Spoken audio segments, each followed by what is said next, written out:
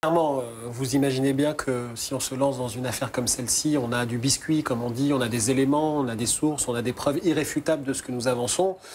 Invité de Sport Week-end ce vendredi soir, Fabrice Arfi confirme. Mediapart est bien en mesure de prouver les accusations à l'égard de la Fédération française de football et de la direction technique nationale.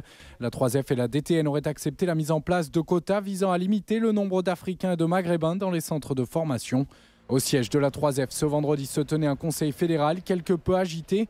François Blacquart, le DTN du foot français, principal visé dans cette affaire, a tenu une conférence de presse pour préciser sa ligne de défense.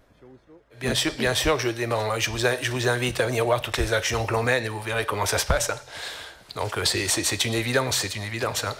Sûr de n'avoir jamais mis en place de quotas à l'ensemble du foot français fait bloc. De Laurent Blanc, le sélectionneur, tous les membres du Conseil fédéral jusqu'aux entraîneurs de Ligue 1. Je ne peux pas dire qu'il y a eu un projet de sélection avec des quotas. Tout ça, pour moi, est faux. En ce qui concerne cette présentation de dire qu'il est préparé un projet d'une telle envergure et que le sélectionneur national a cautionné tout ça, c'est un mensonge.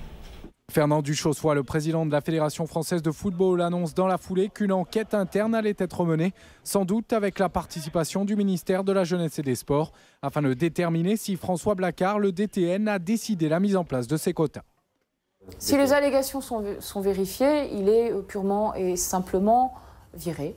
Il ne peut pas rester DTN, il n'a pas sa place dans le sport français. Cette affaire pourrait bien connaître un premier tournant important ce week-end. Fabrice Arfi, co-auteur de l'enquête pour Mediapart, promet de publier les preuves des allégations qu'il avance dans les prochains jours. Vous le saurez, nous restons maîtres de notre agenda. On le saura quand vous le saurez dans les prochaines heures et dans les prochains jours. Après les démentis des instances fédérales, des entraîneurs de